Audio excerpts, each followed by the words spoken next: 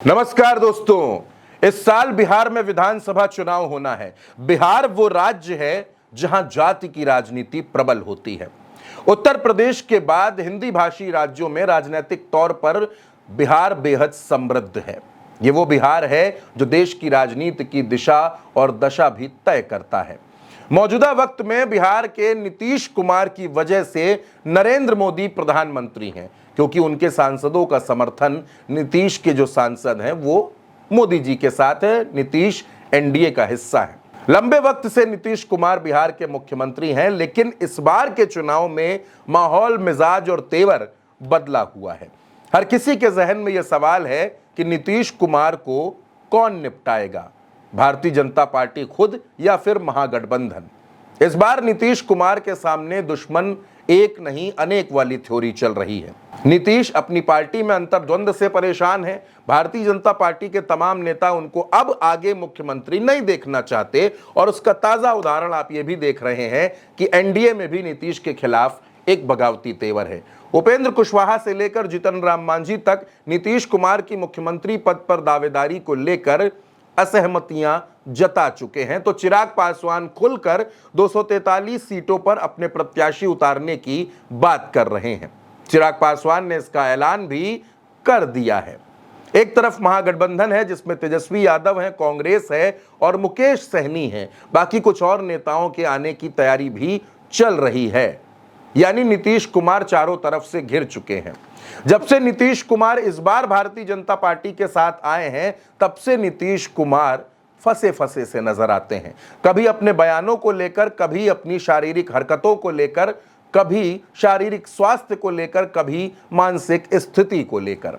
नीतीश कुमार ने इस बीच जो कुछ किया है वो तमाम वीडियोस आपने देखे हैं, तमाम दृश्य आपकी आंखों के सामने घूम रहे होंगे। लेकिन सवाल नीतीश कुमार की स्थिति का नहीं, सवाल बिहार के चुनाव का है। बिहार में इस साल चुनाव है और हर किसी के जहन में यह सवाल है कि 13 करोड़ की आबादी वाला यह बिहार इस बार सत्ता की चाबी किसको सौंपेगा। क्या बिहार का विश्वास इस बार लालू प्रसाद के बेटे तेजस्वी यादव के साथ जाएगा, या फिर बिहार एक बार फिर नीतीश के चेहरे पर ही मुहर लगाएगा, क्योंकि साथ में भारतीय जनता पार्टी भी है। एक और नेता बिहार की राजनीति में बड़े सक्रिय हैं। बिहार में उन्होंने 2024 में ही शुरुआत की थी, राजनीति की पार्टी उन्होंने बनाई थी।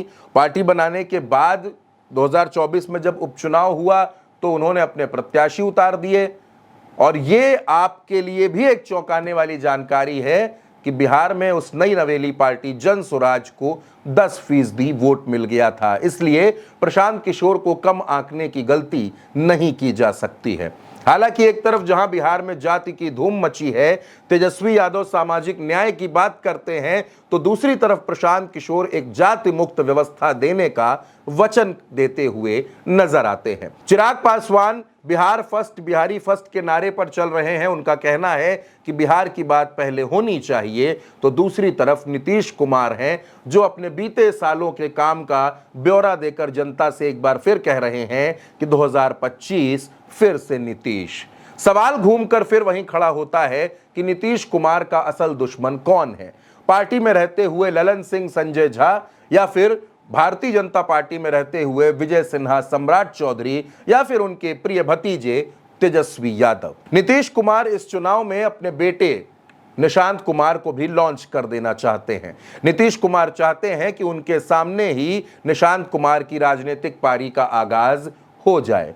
उम्र में निशांत कुमार 50वें बरस में पहुंच चुके हैं, लेकिन अभी तक चुनावी राजनीति से बिल्कुल दूर हैं। लोग ये भी कहते हैं कि निशांत कुमार इस बार विधानसभा का चुनाव लड़ेंगे, लेकिन फिलहाल इस बात का कोई भी आधिकारिक ऐलान नहीं किया गया है। ये चर्चाएं होली से घुल चुकी हैं फिजाओं में कि निशांत राजनीति में आएंगे, लेकिन निशांत कब आएंगे इसकी कोई तारीख नहीं बताई जा रही है। तेजस्वी यादव लगातार बिहार में गरज रहे हैं। कभी उनके निशाने पर भारतीय जनता पार्टी होती है, तो कभी उनके निशाने पर मीडिया भी आ जाती है। मीडिया को भी वो घेरे में ले रहे हैं। ताजा जो हालात बिहार के हैं उसमें बिहार में बढ़ते अपराधों पर विपक्ष चिंतित है और सत्ता पक्ष इसको विपक्ष की राजनीति करार दे रहा है। दूसरी तरफ चुनाव आयोग और विपक्ष के बीच में भी ठनी ठना चल रही है, वो हर कोई देख रहा है। मसला सुप्रीम कोर्ट की चौखट तक पहुंच चुका है। नीतीश कुमार का दुश्मन कौन है, यह सवाल अभी भी बना हुआ है। नीतीश कुमार को हटाने की तैयारी कौन कौन कर रहा है, यह सवाल भी बना हुआ है। अब अगर बिहार के समीकरणों को देख लें तो 14% के करीब यादव और 18% के करीब मुसलमान, ये अगर एकजुट होकर महागठबंधन के साथ चले जाते हैं और दलित महादलित भी इस गठबंधन के साथ जुड़ जाते हैं तो महागठबंधन को सत्ता में आने से रोक पाना बेहद मुश्किल होगा। और अगर अति पिछड़े भी तेजस्वी यादव राहुल गांधी के साथ आकर खड़े हो गए तो एक प्रचंड बहुमत की सरकार महागठबंधन बिहार में बनाते हुए नजर आ सकता है। लेकिन यह राजनीति है, यहां परिस्थितियां घंटों में नहीं मिनटों में बदलती हैं। और बिहार में अगर जाति की राजनीति की बात तेजस्वी यादव और कांग्रेस कर रही है, अगर संविधान और लोकतंत्र की बात हो रही है, तो भारतीय जनता पार्टी और जेडीयू भी अलग अलग कार्ड खेलने की तैयारी में है। कहा जा रहा है कि अक्टूबर के पहले हफ्ते से बिहार में चुनाव का आगाज हो जाएगा, यानी जुलाई चल रही है, मोटा माटी 2 महीने बचे हैं जिसके बाद बिहार में चुनाव होंगे। तो इस बार कौन खेला करेगा, कौन बाजी मारेगा, इस पर भी हर किसी की नजर बनी हुई है। बिहार के विधानसभा चुनाव बहुत हद तक देश की राजनीति की तस्वीर साफ करने की भी कोशिश हो सकते हैं। 2027 में उत्तर प्रदेश में भी चुनाव होना है और उससे पहले बिहार का यह चुनाव बेहद अहम हो जाता है। बिहार के चुनाव में किसका पलड़ा भारी रहेगा और कौन सत्ता के करीब पहुंचेगा, कौन हारेगा, जनता किसका साथ देगी, ये सवाल हर किसी के जहन में है। चौक चौराहों से लेकर महिलाओं की किटी पार्टी तक में बिहार के चुनाव की चर्चाएं चल रही हैं। कौन जीतेगा, कौन हारेगा, ये सवाल हर किसी के बीच में है। जाहिर सी बात है हमारे दर्शकों के बीच में भी ये सवाल चल रहा होगा। तो एक सवाल के साथ आपको छोड़े जा रहे हैं कि नीतीश कुमार का असली दुश्मन कौन है और उनको हराने की सबसे मजबूत तैयारी कौन कर रहा है। नीतीश अपनों से ज्यादा परेशान है या परायों से, अपने उनको धोखा देंगे या विरोधी धूल चटाएंगे, बिहार में क्या होगा, कमेंट बॉक्स आपके जवाबों के इंतजार में है। नमस्कार।